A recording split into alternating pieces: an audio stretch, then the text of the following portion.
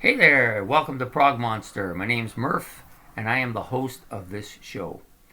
A show dedicated to hard rock, heavy metal, prog music, and other forms of rock genre.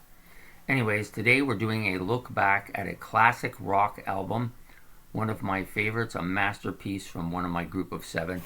And of course, this album is the one I'm talking about today, Black Sabbath, Sabbath, Bloody Sabbath. A masterpiece, if you ask me.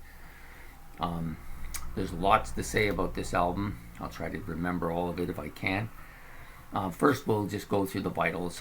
It was released on December 1st, 1973, from Morgan Studios in London. It's about 42 minutes long, which was fairly lengthy for an album of that time period. On Vertigo, and I think Warner Brothers in the States. Yeah, it's Warner Brothers on the label here anyways, on the CD. So this is probably my original copy that I bought back in the 80s. Fantastic cover. Just like, I love the cover, it's perfect. And then the back is, just the front cover is all of his nightmares, and then the back is all of his dreams. Just a fantastic album that way. I love it. It was produced by Black Sabbath, the band, as you know it, and the artwork was this artwork. It's not on the back. That's just the playlist, but was done by Drew Struzan. I believe that's how you pronounce his name. Anyways, people appearing on the album: Black Sabbath, as you say it, and a few guests as well. Ozzy Osbourne, who did vocals and did some synths on Killing Yourself to Live and Who Are You. Those are two of the songs he played some synthesizers on. And Fluff as well. He did a little bit on that one as well. Tony Iommi, who played guitars, also played some piano, some harpsichord, organ, and even some bagpipes. So he was into everything on this album. Geezer Butler played bass and some synthesizers and some mellotron as well. Bill Ward played some drums, some bongos on the first track, I believe, on the Sabbath Bloody Sabbath, and then timpani, yeah, I think on a couple of other tracks. And then they had the guest appearance by Rick Wakeman, who played piano and organ, or perhaps it was, what was it? Sorry, I'm just trying to remember. I can't quite. Oh, okay, I remember now. It was piano and the Moog synthesizer. That's what I was trying to remember on Sabracadabra. Also, they had a violin ensemble on the last track of the album, which is Spiral Architect. It was played the Phantom Fiddlers with Will Malone. Will Malone was the conductor of that. It was a string ensemble, I guess is what you might want to call it. Okay, so that's all the vital stuff. Now, a bit about the tracks and the album itself. Okay, first of all, to me, the album is the top. This is where Sabbath reached its zenith, at least the early incarnation of Black Sabbath, the original four. To me, they reached their peak at this point in time. This album continues what started on Volume 4, mostly on Volume 4, with the progressive sound to their music had started to evolve. They had taken on different types of instrumentation, some acoustic guitar, some synthesizers, mellotron, organ, even string ensemble and acoustic sounds that not something you would think that a heavy metal band would do. But Black Sabbath, to my way of thinking, never thought of themselves as a heavy metal band. They originated as a heavy blues band and became kind of a metal band on some of their earlier albums. But they also, he always had this kind of classical part to him as well, Tony Iommi, and it's never more evident than it is on this particular album. Okay, so the other thing is that they, at this point in time, were doing some really heavy substances, and of course, burning themselves out and stuff. And sometimes this is, not sometimes, all of the time, this is not a good thing for their health and for the band in general. But sometimes out of it comes some of the most inventive stuff, and I think you're going to see that that is the case on this album, Sabbath, Bloody Sabbath.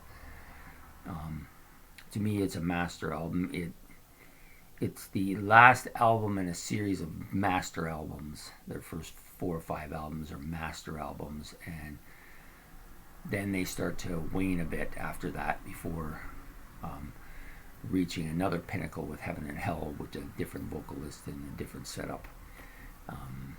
But I've already done that, and I'm not talking about that today. So anyways, to get underway with this album, the first track on the album, Sabbath, Bloody Sabbath, received a lot of critical acclaim when it came out. A lot of metal bands cite this as being one of the heaviest outros that they've heard from a rock band. The bass and the guitar at the end of this song is just off the charts heavy. And it's one of the most memorable riffed bass track things that I can think of. When people say, do you remember any songs that remind you of a certain, it's a riff? This is one of those songs that comes to mind right at the end when they do that heavy bass and heavy guitar. Just, I don't even know what to say about it other than it's fantastic. It's also, when I was a kid, my friend me used to invent superheroes all the time, and I remember having heard this song on the radio once, and there's a line in this song called Bog Blast All of You, and I chose to make a superhero based on that song. So every time I hear that song, it brings me back to those comic books and the invented characters that we made as kids. Okay, the second song on this album, National Acrobat. Some of the lyrics on this song are fantastic, but the album as a whole is very lyrically masterpiece. It's a very lyrical masterpiece. Maybe one of the best Black Sabbath albums for lyrics, I think. And there's all kinds of things about it being Ozzy, but really, based on what I know about Ozzy, I find it hard to believe that he wrote any of this stuff. I really believe that Geezer was the main guy here, and has always been the main guy. Or maybe Ozzy had the ideas and wrote them down, and then Geezer made them more lyrically accessible. I don't know exactly how it worked, but either way, however it worked fantastic. The next, and that's not just this song. Most of this album is pretty lyrically, pretty much a lyrical masterpiece. One of the most underrated lyricists, I think. If it turns out to be Geezer or if it's a combination of the two, I don't really know. The next song up, sorry, something in my eye. The next song up is an instrumental called Fluff. I really like this song a lot. I think it's an underrated instrumental as far as instrumentals go. It's in my top 5 instrumentals of all time. Fantastic song. Iommi shows off all of his skills on this. He plays a piano part. There's an acoustic guitar part. He even plays some harpsichord, which I didn't even think that harpsichord on a Black Sabbath album. It just doesn't make any sense, right? But they were trying to show that they weren't just a heavy metal band, and I never thought they were, but they have always had this progressive part to them, this need to do something other than just normal heavy metal. Maybe towards the end of their career they realized that that was their niche and they stuck to it. I'm not sure, but at this stage of the game they were moving forward, and nothing's been better instrumentally with Sabbath since this album. The next song out is Sabracadabra, a song I've always liked quite a bit actually. It features Rick Wakeman on piano here as well as Moog synthesizer. So this is a band that wasn't afraid to experiment and add stuff to their music, even at this stage of the game. Having done Masters of Reality, which was a very, very heavy album, and then Volume 4, which was quite different than Masters of Reality. To me, Volume 4 kind of bridges the gap between Masters of Reality and Sabbath, Bloody Sabbath. It allows them to go from one to the other, which makes it a great album as well. But we're here to talk about Sabbath, Bloody Sabbath. So the next song out is probably my favorite track on this album. It's one of my favorite Sabbath tracks of all time. When me and my friend were kids and we put together a bit of a band, we always wanted to play this song. This was the song that we liked, Killing Yourself to Live.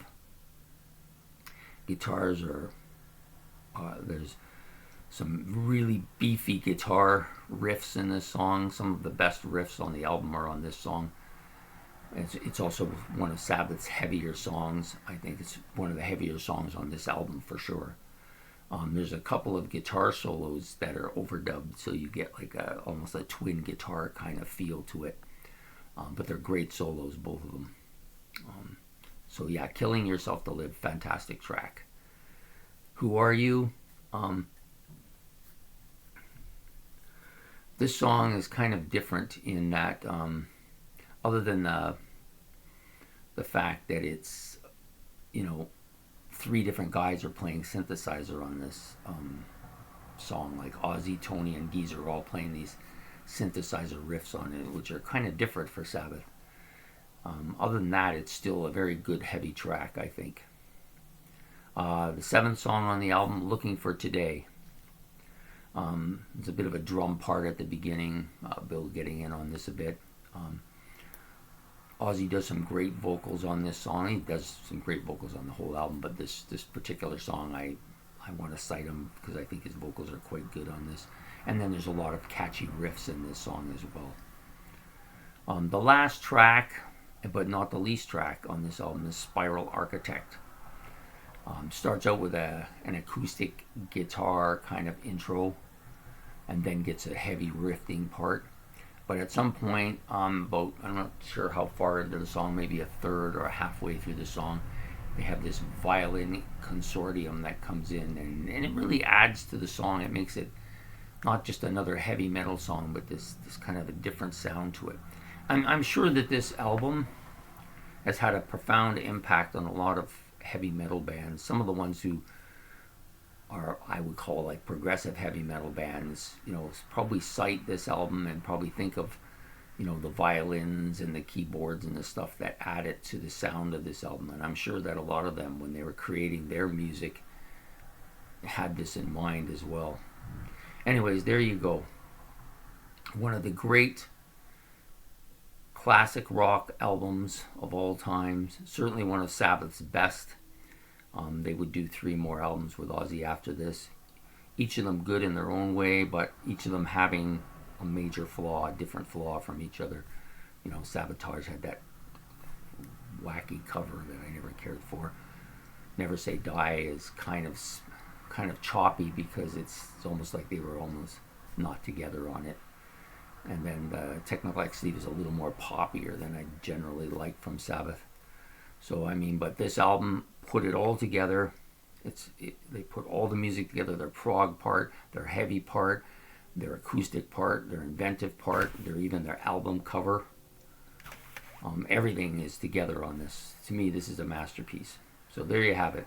Sabbath, Bloody Sabbath by Black Sabbath. If you liked this video, please like at the bottom there, and subscribe if you want me to do more of this kind of content. And I really appreciate it. I hope that you have enjoyed this video a lot. I'll be doing another video probably in the next couple days. This will be the first of its kind. It's going to be called The Live Experience. For me, I'll tell you more about that when we get to it. It's a big deal. And the album I've chosen to start out my live experience with will be Live at Leeds by The Who. Is there a better live album? There might be, but there aren't too many. Anyways, I hope you enjoyed this video, and I enjoyed presenting it to you. This is Prog Monster out. You have a great day.